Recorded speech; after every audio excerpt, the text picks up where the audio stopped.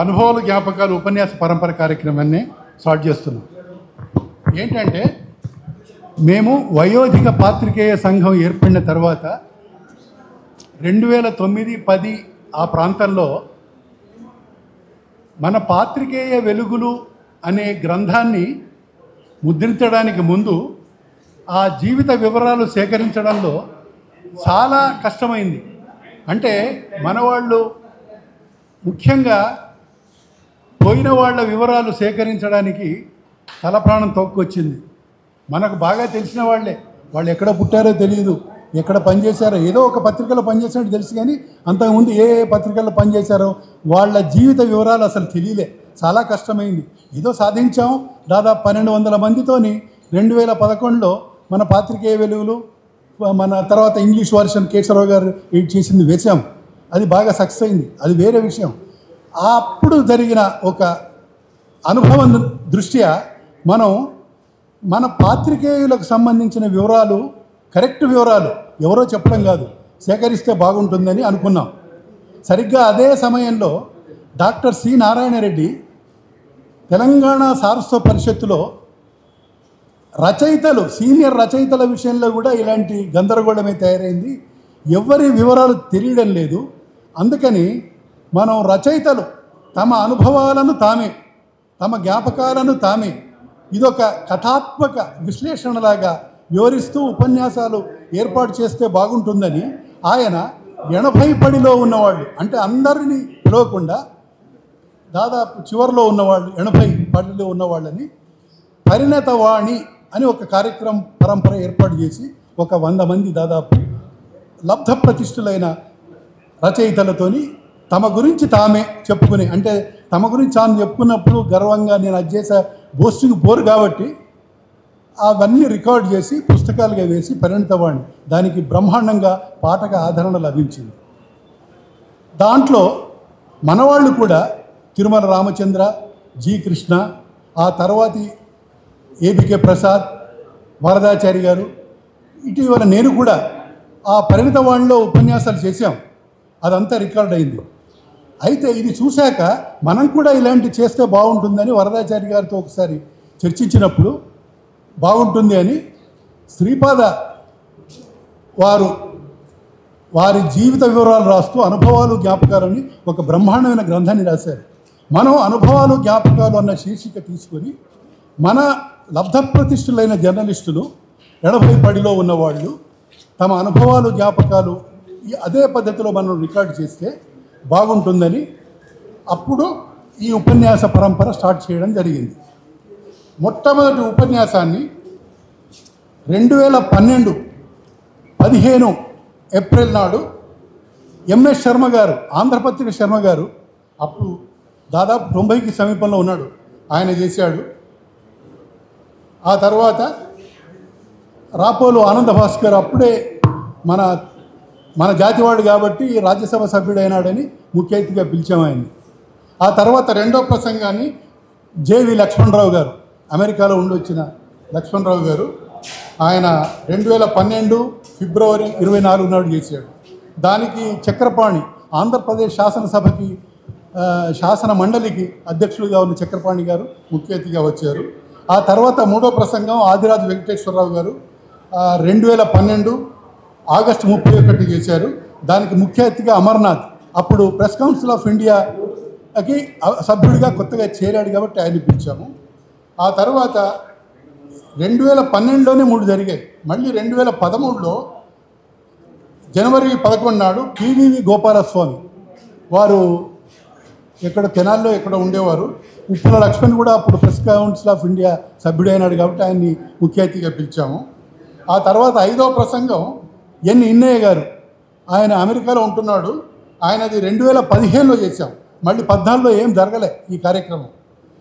15లో అప్పుడు new Indian express resident ఎడిటర్గా ఉన్న కృష్ణారావు గారు ముఖ్య అతిథిగా వచ్చారు. ఆ తర్వాత 6వ ప్రసంగాన్ని ఎన్ గణేశన్ గారు, హిందూలో చాలా సీనియర్ రిపోర్టరు ఆయన, దానికి మన మీడియా అకాడమీ చైర్మన్గా అప్పుడున్న అల్లం నారాయణ గారు వచ్చారు. అది 2019లో, అంటే 15 తర్వాత 4 ఏళ్ళు జరగలే ఈ కార్యక్రమం. ఆ తర్వాత ఇటీవల కాలంలో 7వ ప్రసంగం ఎస్ వెంకటనారాయణ గారు చేశారు. అది 2023 ఏప్రిల్ 24 నాడు. ముఖ్య అతిథిగా కూడా అల్లనారాయణ మన రామచంద్రమూర్తి గారు వచ్చారు.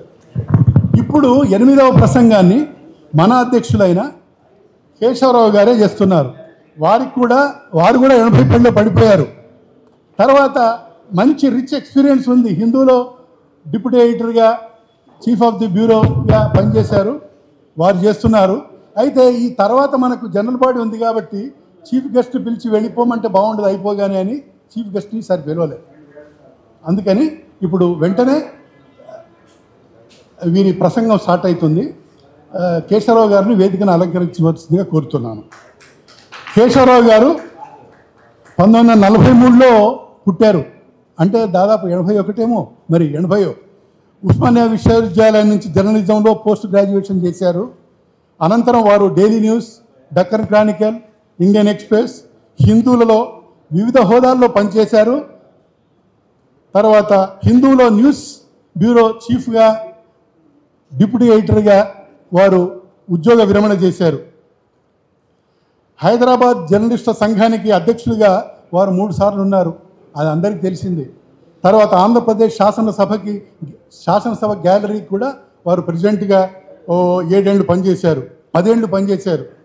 మన వయోధిక పాత్రికేయ సంఘానికి అధ్యక్షులుగా వరదాచారి గారి తర్వాత, అధ్యక్షుడు అంటే కేవలం ఎన్నికై వివాదాస్పదుడు ఉండకూడదనే ఒక నియమంతో, వివాదాస్పదుడు ఉండకూడదు, క్లీన్ ఇమేజ్ ఉన్నవాడు కావాలి, టీఏడిఏలు ఆశించకూడదు, ఇలాంటి కొన్ని వాటిని ఆ చట్టంలో అప్పుడు కేశవరావు గారు పనిచేశాడు కాబట్టి, మన పాత్రికేయ వెలుగుల నుంచి ఇంగ్లీష్ వర్షన్ ఆయనే ఎడిట్ చేశాడు కాబట్టి వీటన్నిటి దృష్ట్యా వారు అధ్యక్షులయ్యారు.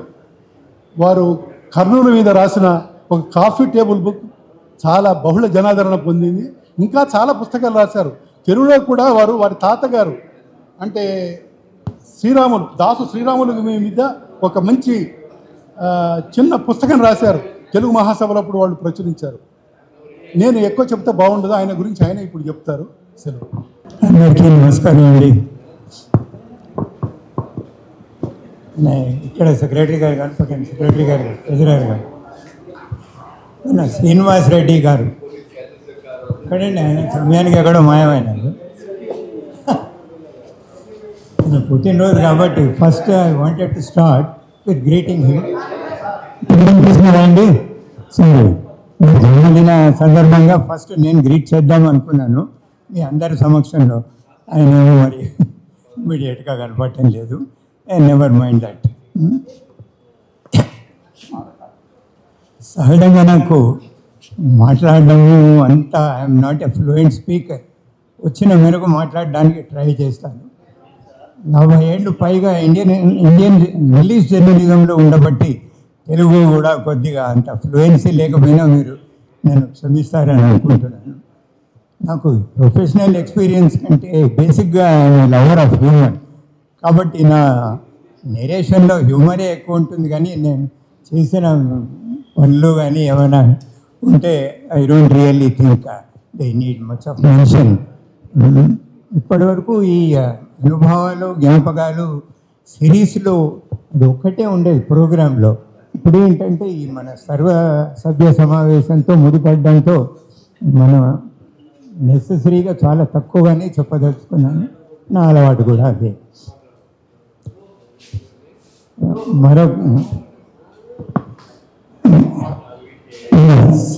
శ్రీనివాస్ రెడ్డి గారు అవర్ ట్రెజరర్. నేను my tribute to him will be, he is not our treasurer but he is our treasure. నేను ఎక్కడున్నా ఒకసారి వచ్చి కనీసం కనబడి మా గ్రీటింగ్స్ తీసుకుని కోరుకుంటున్నాను. ఇప్పుడు కమింగ్ టు ది సబ్జెక్ట్ అండి. కొంతమంది అంటుంటారు, చూడండి డాక్టర్ నావుపై యాక్టర్ నైనా ఏదో అట్లాంటిది ఏం లేదు. నేను జర్నలిస్ట్ అవుతాను అనుకున్నాను, జర్నలిస్టే అన్నాను. దీనికి కారణం ఏమిటి అని అడిగితే యాక్చువల్గా ఇది వంశపారంపర్యంగా వస్తున్న ఈ literature journalism and 4th generation journalist అండి. ఒకసారి చెప్పుంటారు, చాలా క్లుప్తంగా చెప్తున్నాను. మా ముత్తాత గారు మహాకవి దాస్ శ్రీరాములు గారు, ఆయన దేవి భాగవతాన్ని తెలిగించిన పండితుల్లో ఈ వన్. కానీ ఆయన రచన అందరికంటే ముందరగానే వచ్చింది, తిరుపతి వెంకట కవుల కంటే కూడా. దాని తర్వాత మా తాతగారు, ఆయన కూడా జర్నలిస్ట్, విజయవాడలో వాణి ప్రెస్ అని ఆ ప్రెస్ని స్థాపించారు ఆయన. ఆ టైంలో మెడ్రాస్ ప్రావిన్స్లో గవర్నమెంట్ ప్రెస్ తర్వాత అంత పెద్ద ప్రెస్ మొత్తం దక్షిణ భారతంలో లేదని చెప్పుకునేవాళ్ళు. నెక్స్ట్ మై ఫాదర్ అండి, ఆయన ఎడ్యుకేషన్ అంతా ఇంగ్లాండ్లోనే జరిగింది. అక్కడ టైమ్స్ లండన్ అనేది మనందరికీ పరిచయం. It's one of the prestigious English news paper. అక్కడ మా తండ్రి గారు డిటి రావు గారు ఆయన పేరు, ఆయన use to work on the India desk times of London. ఇప్పుడు నెక్స్ట్ వస్తే ఈ జనరేషన్లో మా ముగ్గురు అన్నదమ్ములు కూడా జర్నలిస్ట్, అందరం కూడా ఏదో ఒక సమయంలో ఇండియన్ ఎక్స్ప్రెస్లో పనిచేసామండి. విజయవాడలో ఇండియన్ ఎక్స్ప్రెస్ స్థాపించినప్పుడు ఫౌండింగ్ ఎడిటర్స్లో మా అన్నయ్య దాస్ కృష్ణమూర్తి గారు ఒకరు. ఆయన ఈ రోజు కూడా 99 సంవత్సరాలు ఆయన వయస్సు, 99th ఇయర్లో కూడా ఈరోజు ఆయన he still active as journalist, as a literary person. తర్వాత ఈ సిరీస్ అనేది 2012 ఉన్నారు, 12 years పట్టింది. మొదట చెప్పిన ఆయన నియర్లీ 100 years ఏజ్లో మాట్లాడారట. నేను కూడా కనీసం 80 వరకు వస్తే బాగుంటుందని ఎన్నేళ్ళు ఆగి ఈరోజు నేను స్టార్ట్ చేస్తున్నాను. ఇప్పుడు జర్నలిజంకి వచ్చే ముందర నేను బిఎస్సి చదివే టైంలో ఒక హ్యూమరస్ ఇన్సిడెంట్ అయిందండి. మన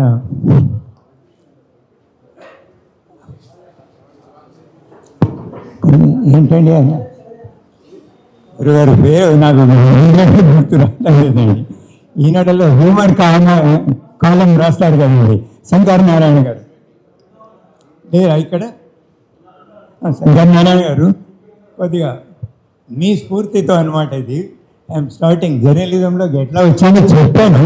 అది కాకుండా అనదర్ ఆస్పెక్ట్ ఈజ్, నేను బిఎస్సి చదువుతున్న టైంలో సెకండ్ ఇయర్ ఎగ్జామ్స్ అండి, తెలుగు హాఫ్ ఇయర్లీ ఎగ్జామ్స్ జరుగుతుంటే పరీక్షలు రాస్తున్నాం. ఇది 1962 సంథింగ్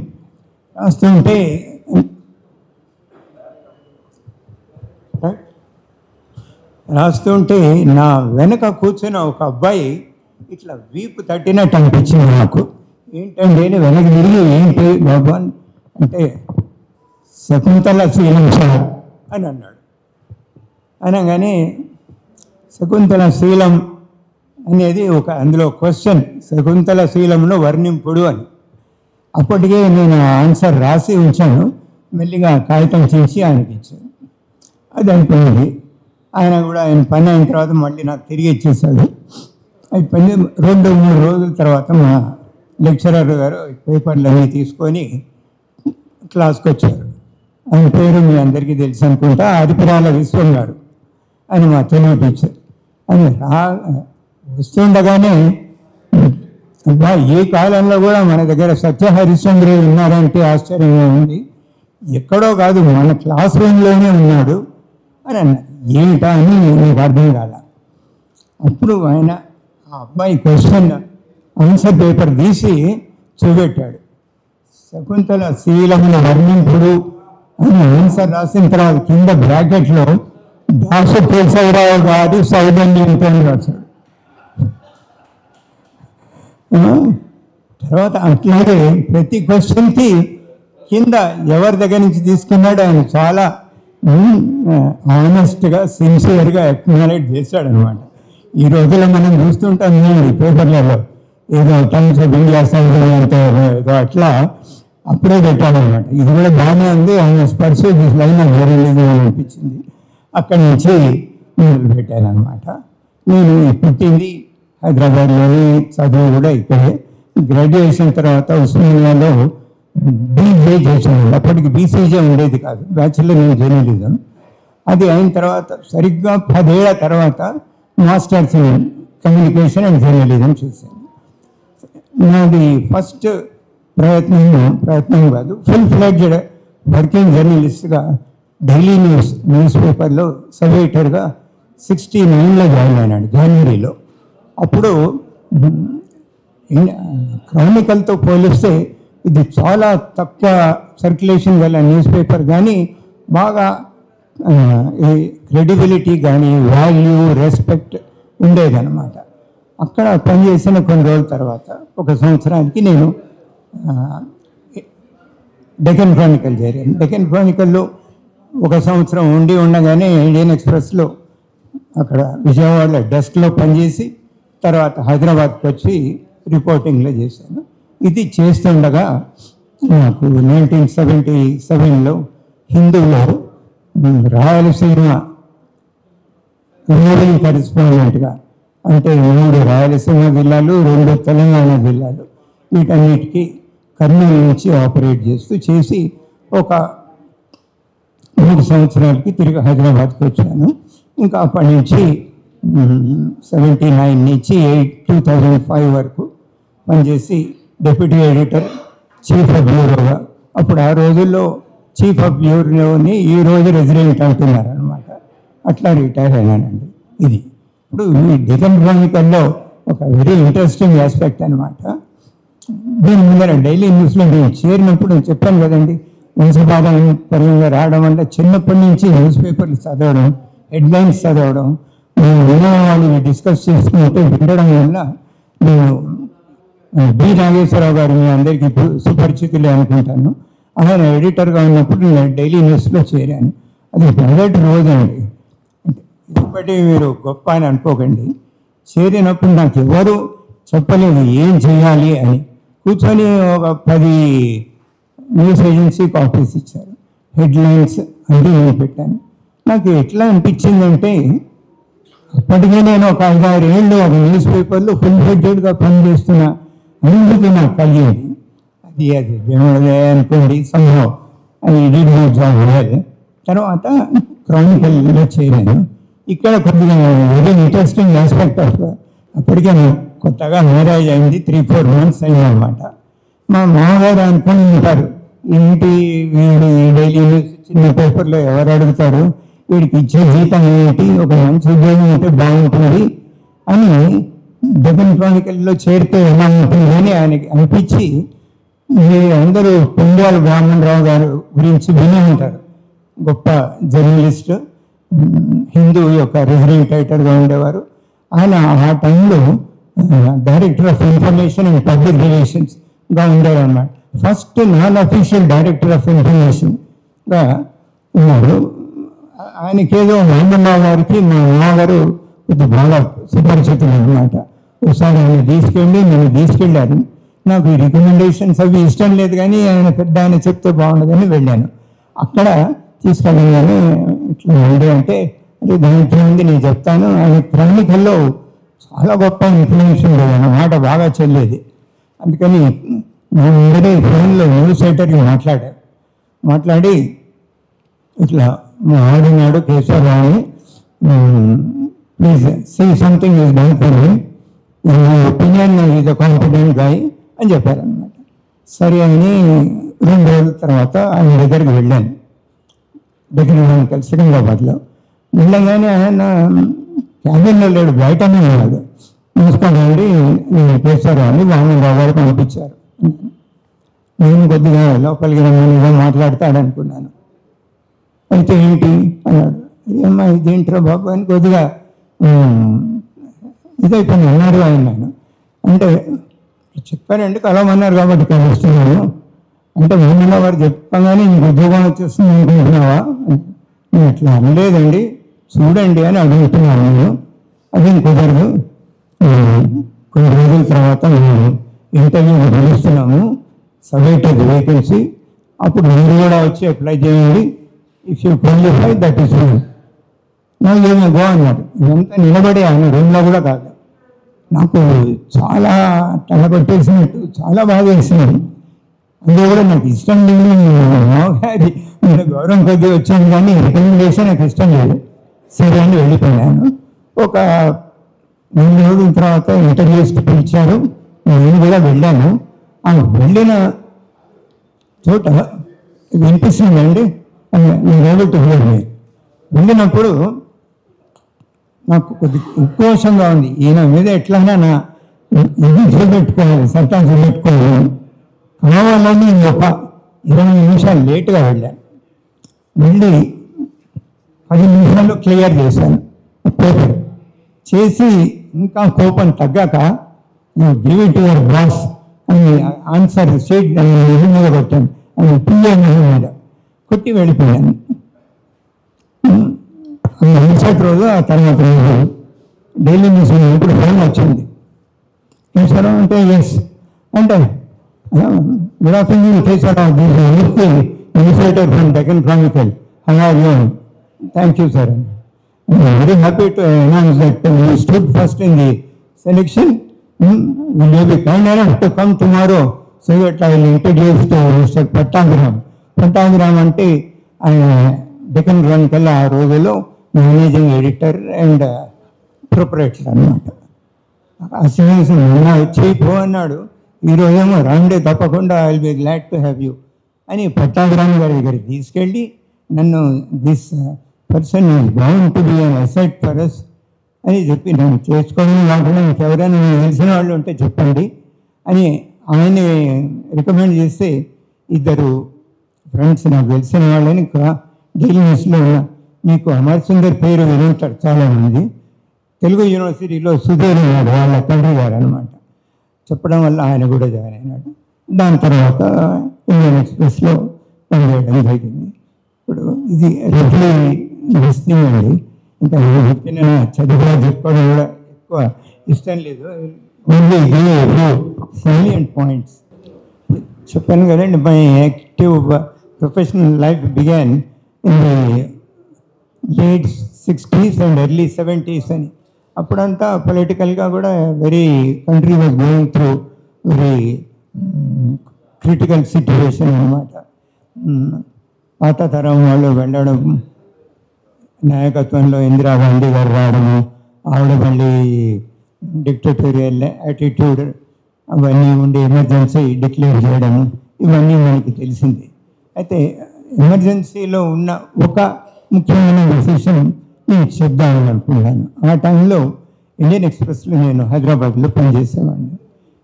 ఎమర్జెన్సీ టైంలో ఇండియన్ ఎక్స్ప్రెస్లో పనిచేసాడంటే అది ఒక పెద్ద స్టేటస్ సింబల్ లాంటిది అనమాట. కొద్దిగా కాలరెత్తుకొని చెప్పుకునే రోజులు ఉన్న వాళ్ళలో నేను one of the youngest members అనమాట. చాలా బాగా నేను ఎన్నో స్టోరీస్ చేసుకునేవాళ్ళం, మంచి పేరే వచ్చింది. ఒకరోజు ఎన్ఐఆర్టీ రాజేంద్ర నగర్లో ఒక మీటింగ్ అవుతుంటే జగ్జీవన్ రామ్ గారు, ఆయన అప్పుడు అగ్రికల్చర్ మినిస్టర్గా ఉండేవారు, ఆయన మీటింగ్కి వచ్చి దాని తర్వాత ప్రెస్ బ్రీఫింగ్ ఉంటుందని చెప్పారు.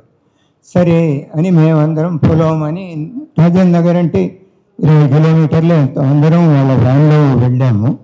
వెళ్ళిన తర్వాత 3:30కి ప్రెస్ బ్రీఫింగ్ ఉంటుంది అని అన్నారు. 3:30 అవుతున్నది, 4 అవుతున్నది, 4:30 అవుతున్నది, ఎవరు మాట్లాడరు.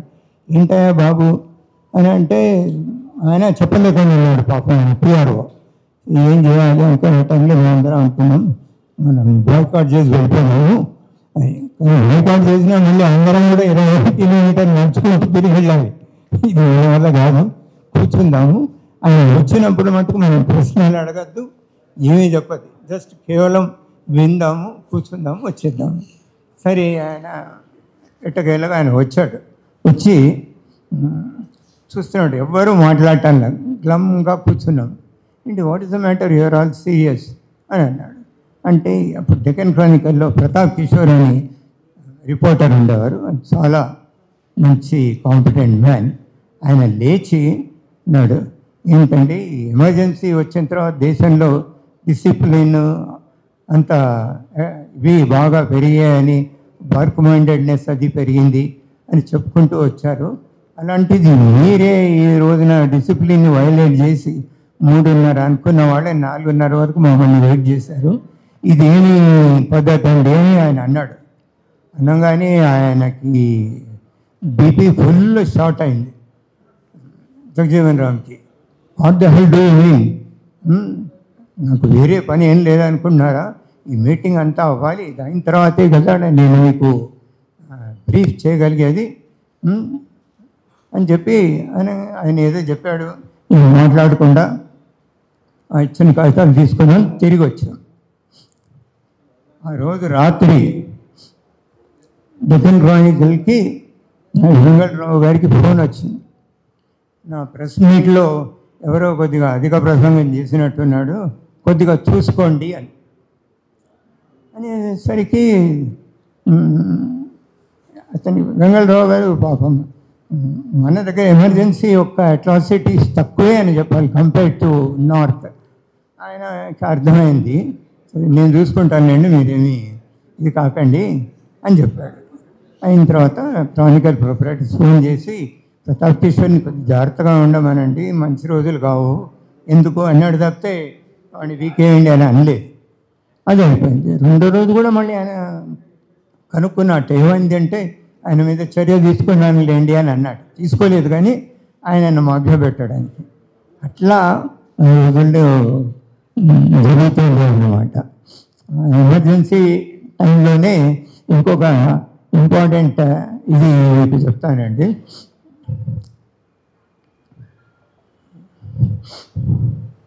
రెండు అంటే మన న్యూస్ పేపర్స్కి ఆ రోజుల్లో వాల్యూ ఎలా ఉంటుంది అని ఒక ఎగ్జాంపుల్ చెప్పడానికి చెప్తున్నాను తప్పితే నేను చేసింది ఏమీ కాదు. ఈ 1976లోనో ఎప్పుడో కొత్తగూడెంలో థర్మల్ స్టేషన్ ఒకటి ఇనాగ్రేట్ చేశారనమాట వెంకటరావు గారు.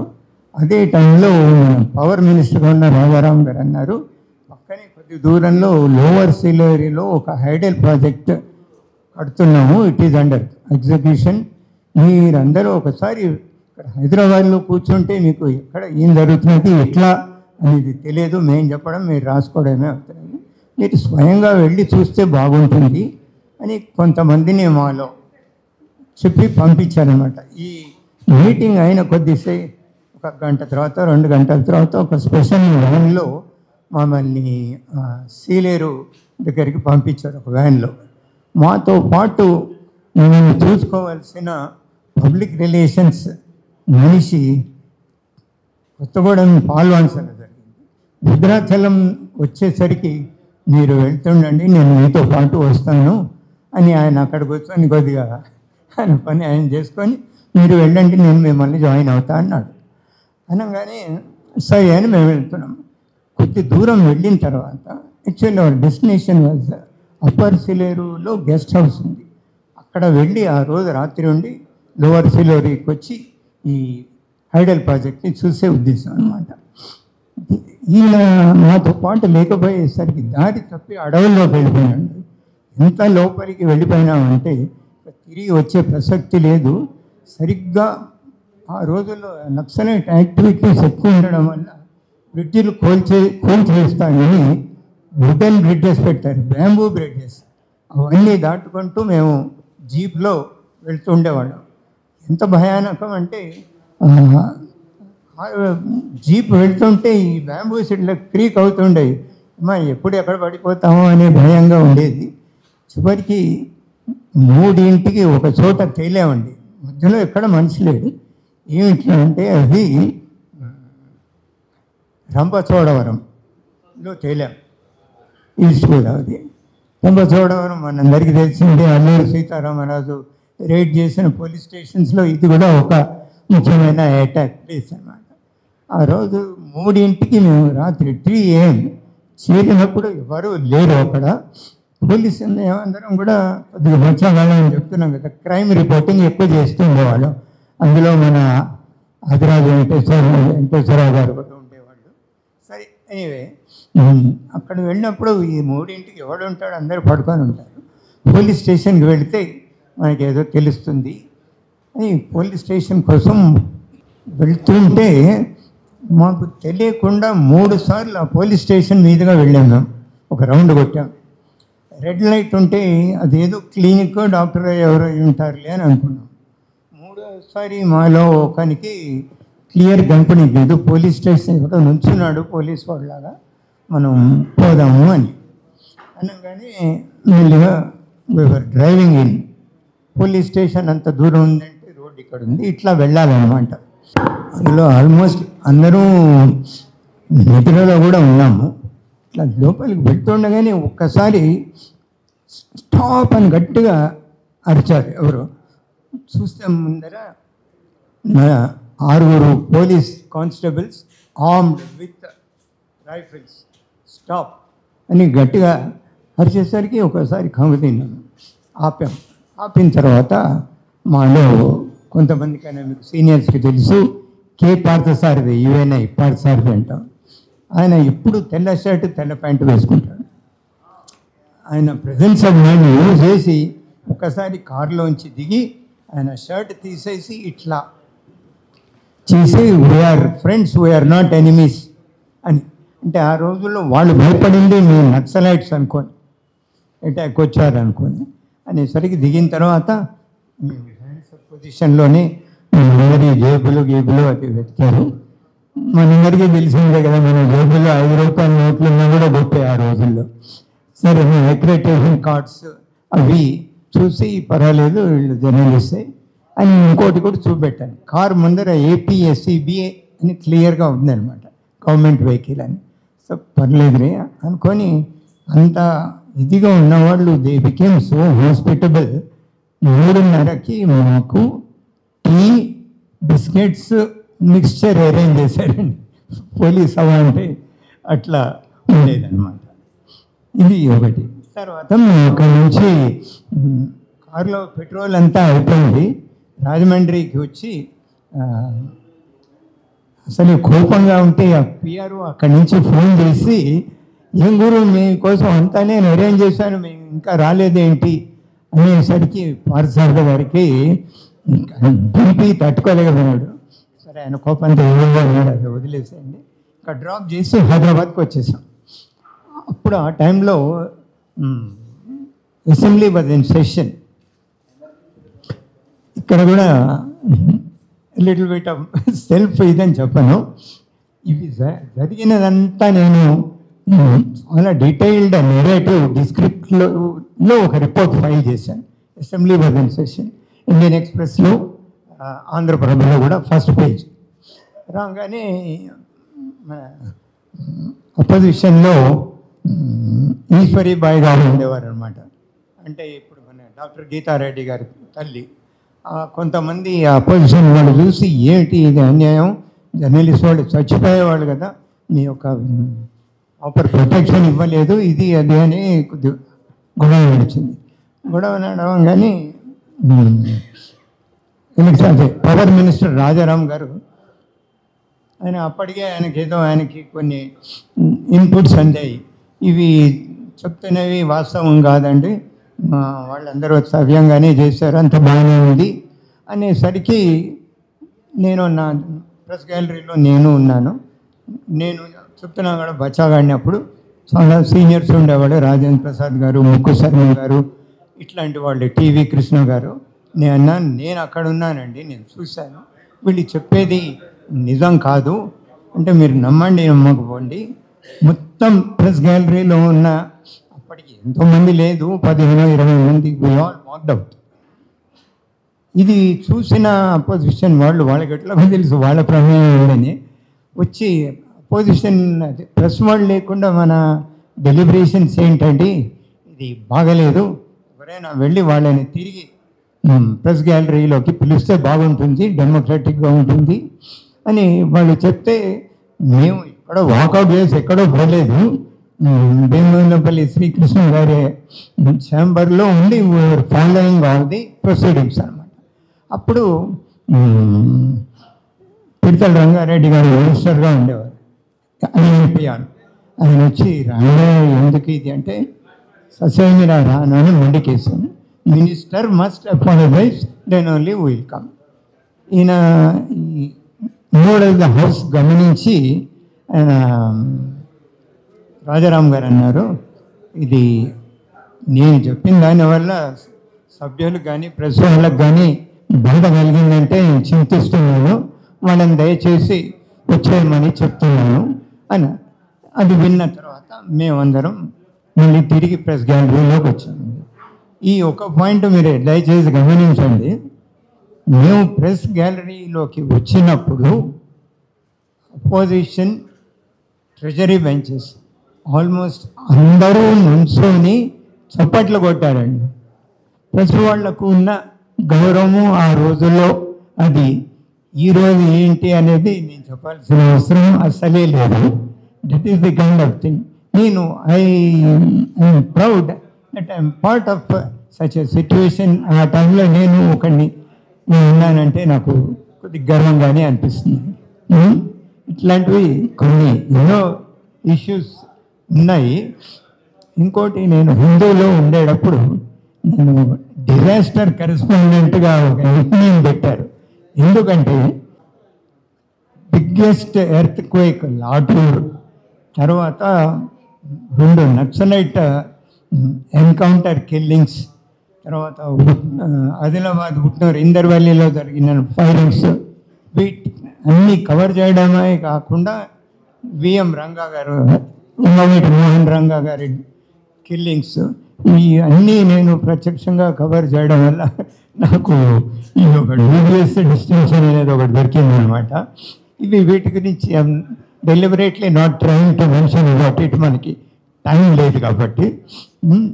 ఇందులో టెక్నాలజికల్లీ నాకు పనికొచ్చిన ఒకటి, ఈ రంగా గారు చనిపోయినప్పుడు విజయవాడ మనందరికీ తెలుసు, ఇట్ వాజ్ ఇన్ ఫ్లేమ్స్. మొత్తం విజయవాడ తగలరెండినట్టు అయిపోయింది. ఒక దీనిలాగా కర్ఫ్యూ ఉంది మేము వెళ్ళేసరికి. అక్కడ సరే వెళ్ళి మా పనులు మనం చేసుకోవాలి కదా. చాలా న్యూస్ పేపర్ మన సోదరులకి రిపోర్టింగ్కి చాలా కష్టం అయ్యేది కర్ఫ్యూ అది ఉండడం వల్ల. నాకు had a very big advantage ఏంటంటే, మా ఆఫీస్ ఆ రోజుల్లో portable docu cum fax, photo fax అని ఒక ఇన్స్ట్రుమెంట్ ఉండేది అనమాట. అది నాకు ఇచ్చారు. అది ఎక్కువ మా ఫోటోగ్రాఫర్స్ వాడేవాళ్ళు. నేను అది తీసుకెళ్ళి హాయిగా ఫోటోలు తీస్తే మా లోకల్ రిపోర్టర్ ఇంట్లోనే కూర్చొని ఆ ఫొటోస్ని ఫ్యాక్స్ ద్వారా మా మెడ్రాస్ ఆఫీస్కి, హైదరాబాద్ ఎడిషన్కి పంపించేవాడిని. అలాగే టైప్ చేసిన రిపోర్ట్స్ కూడా ఏమాత్రం కష్టపడాల్సిన అవసరం లేకుండా మన ఇంట్లో నుంచే ఇవన్నీ పంపించేవాళ్ళం. దీనివల్ల మొత్తం ఆల్ ఎడిషన్స్లో ఆ పిక్చర్స్ క్యారీ చేసిన క్రెడిట్ నేషనల్ పేపర్స్లో హిందూకే ఆ రోజు దక్కిందనమాట. ఈ ఈ గ్యాడ్జెట్ నాకు ఒరిస్సా ఎలక్షన్స్ అవుతున్నప్పుడు నవీన్ పట్నాయక్ ఫస్ట్ టైం ఆయన క్యాంపెయిన్కి వచ్చాడు.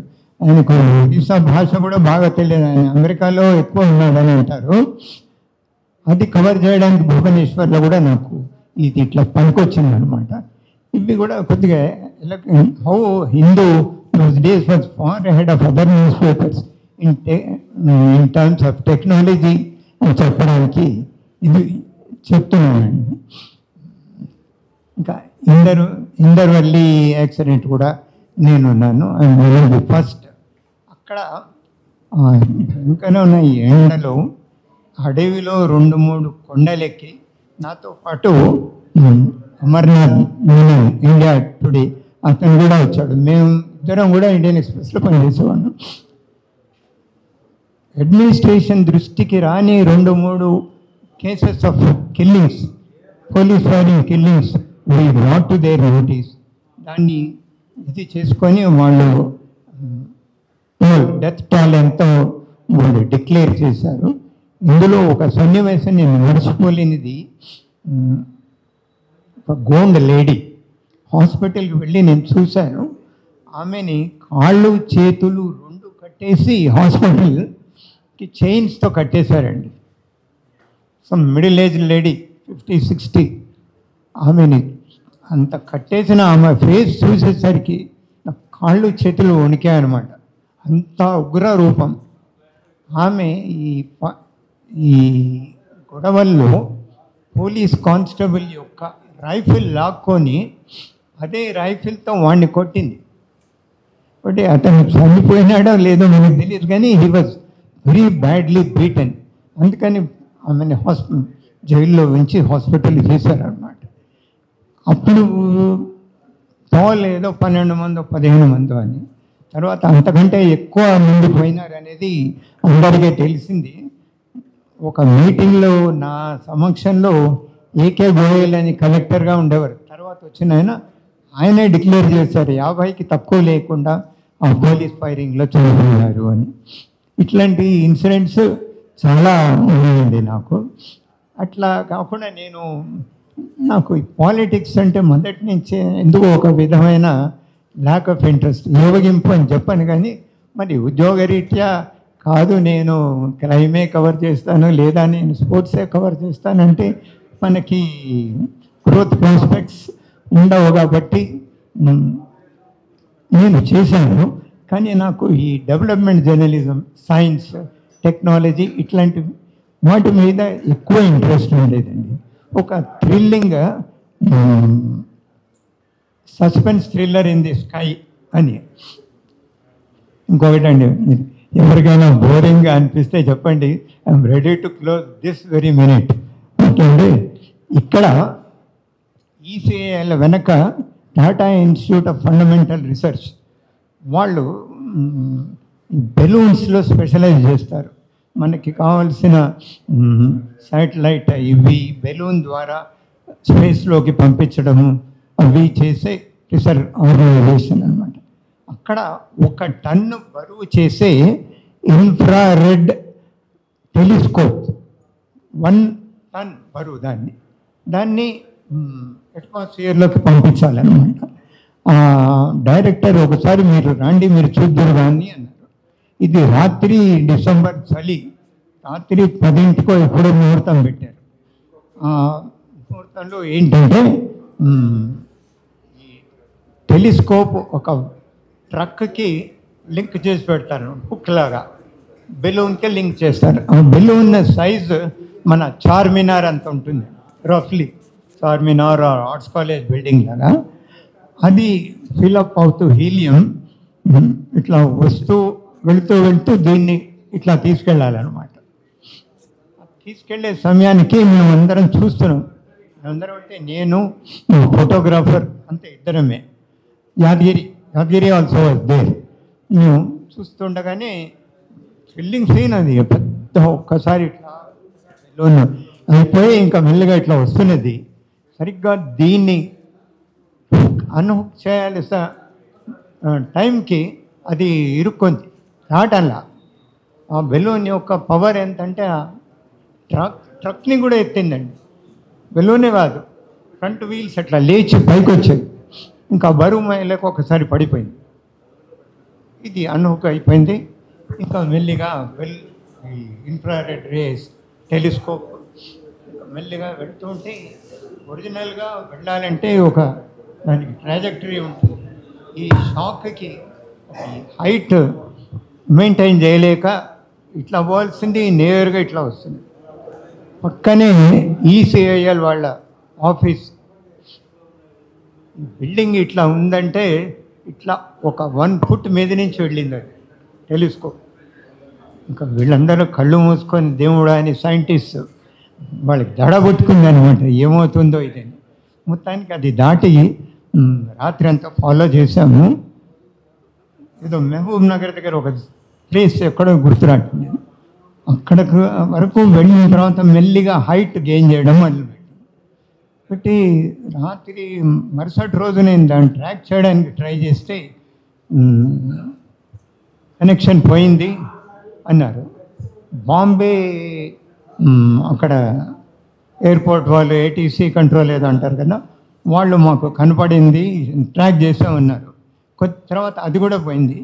చివరికి ఇక్కడ ఎగిరింది అరేబియన్ సీలో, ఎక్కడ సీలో పడిపోయింది.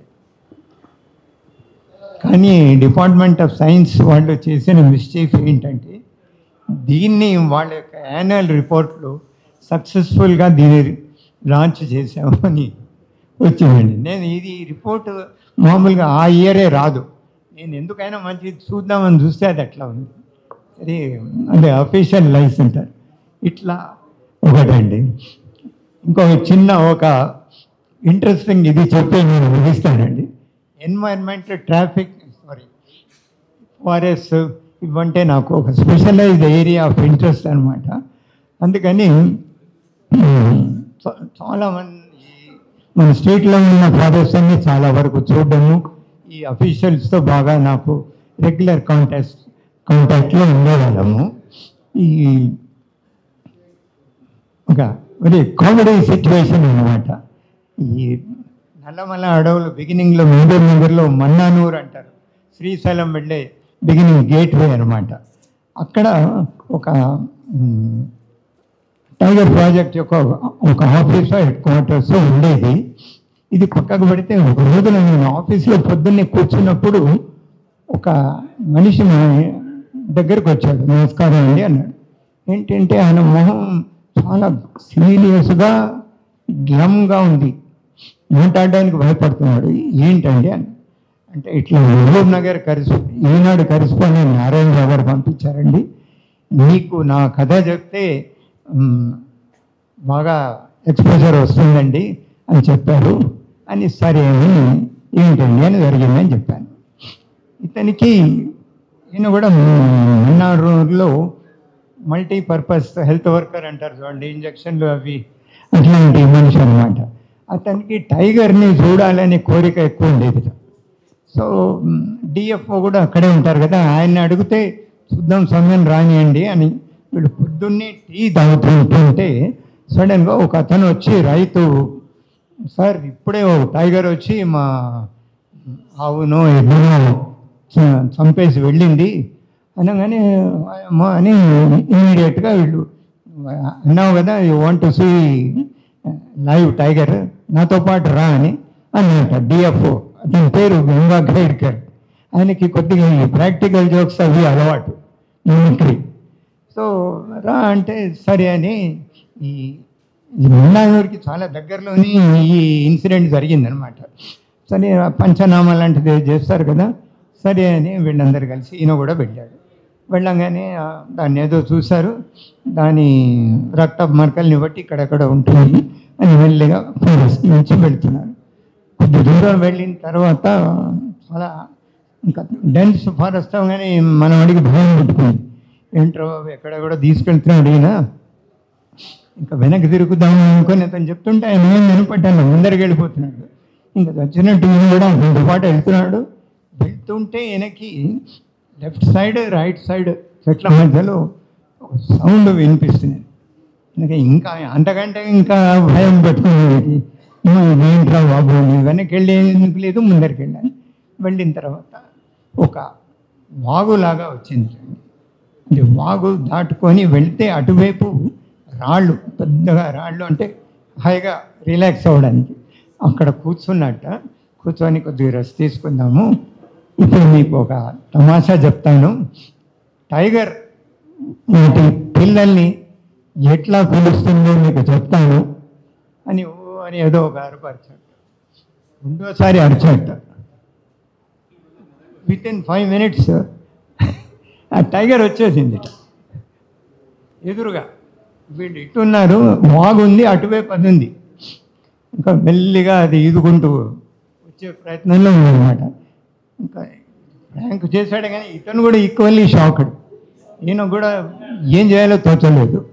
ఇంకా అందరూ వణుకుతున్నారు అనమాట. వణుకుతున్నప్పుడు ఇతను అన్న ఇమ్మీడియట్లీ, ఈజ్ అన్ ఆఫీసర్ కదా ఇందులో ఉన్నవాడు, మీరు భయపడకండి, అందరూ నీళ్ళలో దూకండి, దూకి గొంతు నెరుసు పడిపోయే విధంగా అరవండి, అందరూ నాన్ స్టాప్ అరుస్తూనే ఉండండి మీకు ఓపిక ఉన్నంత అని. అది అట్లా ఈదుకుంటూ అది దగ్గరగా వస్తున్నది. వీళ్ళు అని ఇంకా చెవులు బదులయ్యేట అరిచారట. అరిచేసరికి దానికి ఇరిటేషన్ వచ్చింది ఈ సౌండ్కి. ఇదే సమయానికి లెఫ్ట్ సైడ్ నుంచి రైట్ సైడ్ నుంచి చిన్న కప్స్ ఉన్నాయి కదా, అవి వచ్చాయి. వచ్చేసరికి దానికి ఒక విధమైన బిలీఫ్, పర్లేదు మన పిల్లలు బాగానే అని అది కొద్దిగా శాంతించి మెల్లిగా అది వెనక్కి వెళ్ళిపోయింది, పిల్లలతో పాటు వెళ్ళిపోయింది. వెళ్ళి కొద్దిసేపు బీపీలు అన్నీ నార్మల్ అయిన తర్వాత తిరిగి వచ్చేసారు.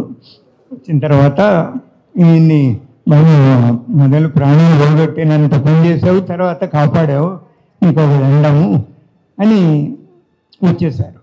ఈయన రాగానే ఇంటికి రాగానే ఇతనికి హై ఫీవర్ పట్టుకుంది.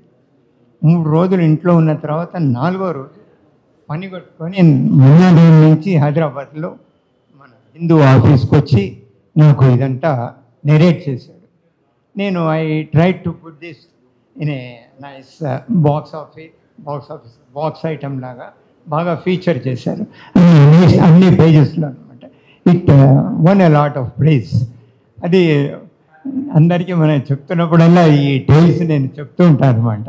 ఇట్లాంటివి కొన్ని ఇంట్రెస్టింగ్గా ఉంటాయి. మీరు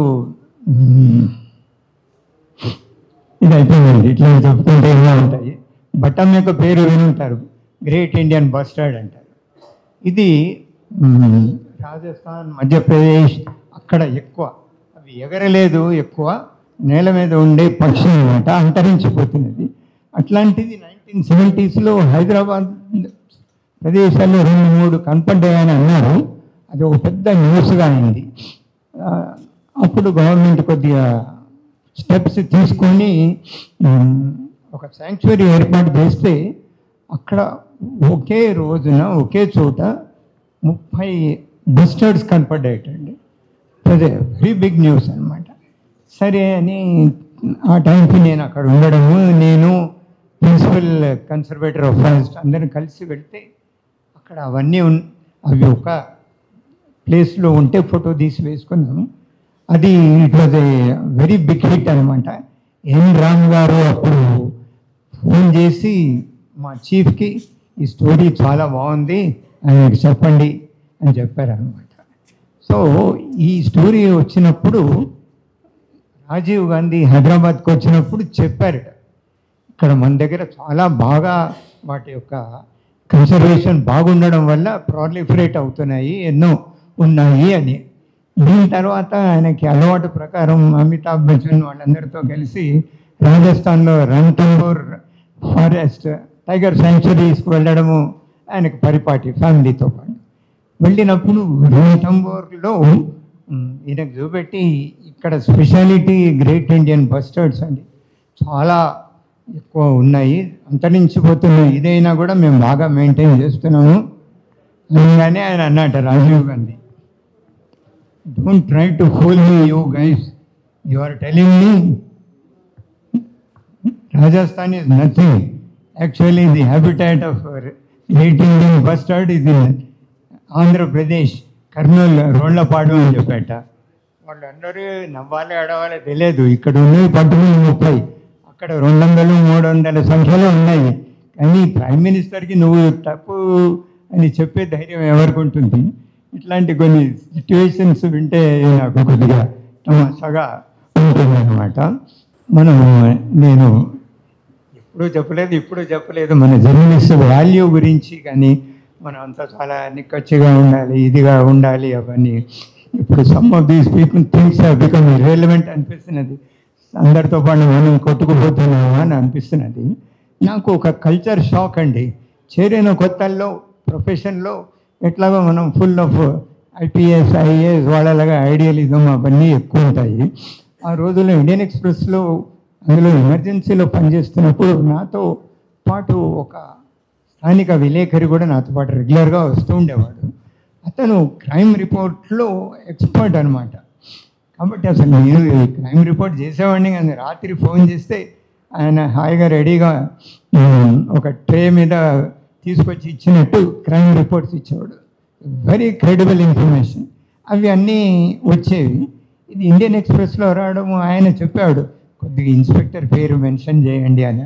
పోయిందేముందని నేను కూడా చేసేవాడిని. దానివల్ల ఆయనకి కొద్దిగా మరి లబ్ధమైన చేకూరుందేమో నాకు తెలియదు. ఒక రోజున పోస్ట్ మాస్టర్ జనరల్గా ఒక కొత్త ఆయన వచ్చారనమాట, పదవి స్వీకారం చేశాడు. చేస్తే ఈయన వచ్చి, కేశవరావు గారు, ఈయన ఎవరో త్యాగరాజన్ ఎవరు, ఆయన పోస్ట్ మాస్టర్ కొత్త ఒక ఆయన వచ్చారు, ఆయన మనం ఇంటర్వ్యూ చేద్దామండి అని అంటే నాకు చాలా ఫుల్ ఎంతో కాదమ్మా, తప్పకుండా పద అని అన్నాను మనసులో. సరే ఇమ్మీడియట్లీ నెక్స్ట్ టైం అన్నాడు, ఈ ఇంటర్వ్యూ వస్తే ఇండియన్ ఎక్స్ప్రెస్లో బాగా వస్తుందండి, నాకు తెలిసిన ఒక ఆయన నల్గొండ పోస్ట్ ఆఫీస్లో పనిచేస్తున్నాడు, ఆయనకి హైదరాబాద్కి ట్రాన్స్ఫర్ కావాలండి, మన ఈ స్టోరీ వస్తే ఆయన అడిగితే ఆయన ట్రాన్స్ఫర్ చేస్తాడు, ఈయన నాకు ఎంతైనా డబ్బులు ఇవ్వడానికి తయారుగా ఉన్నాడు, కాబట్టి మనం ఇద్దరం స్ప్లిట్ చేసుకోవచ్చండి అని అన్నాడు. ఎలా రాయబడినట్టు అప్పుడు కొద్దిగా ఫ్రెష్ టెండర్ మైండ్స్ కదండి, ఇది చాలా పాపం చేస్తున్నట్టు అనిపించింది. అంటే అప్పటికి ఇప్పటి కాలపు విత్తనాలు అప్పుడే వేసినట్టు నాకు అనిపించింది. ఇట్లాంటి ఎన్నో ఉన్నాయండి. నేను అది మైండ్ అప్, ఎందుకంటే ఇవన్నీ ఎట్లాగో రేపో మాపో ఒక పుస్తక రూపంలో రాబోతున్నాయి కాబట్టి వచ్చాయి. ఇది మీకు ఇంట్రెస్టింగ్గా ఉంటే సంతోషం అండి, లేకపోతే క్షమించమని చెప్తున్నాను. I hope most of you must have enjoyed. So thanks a lot very much అండి.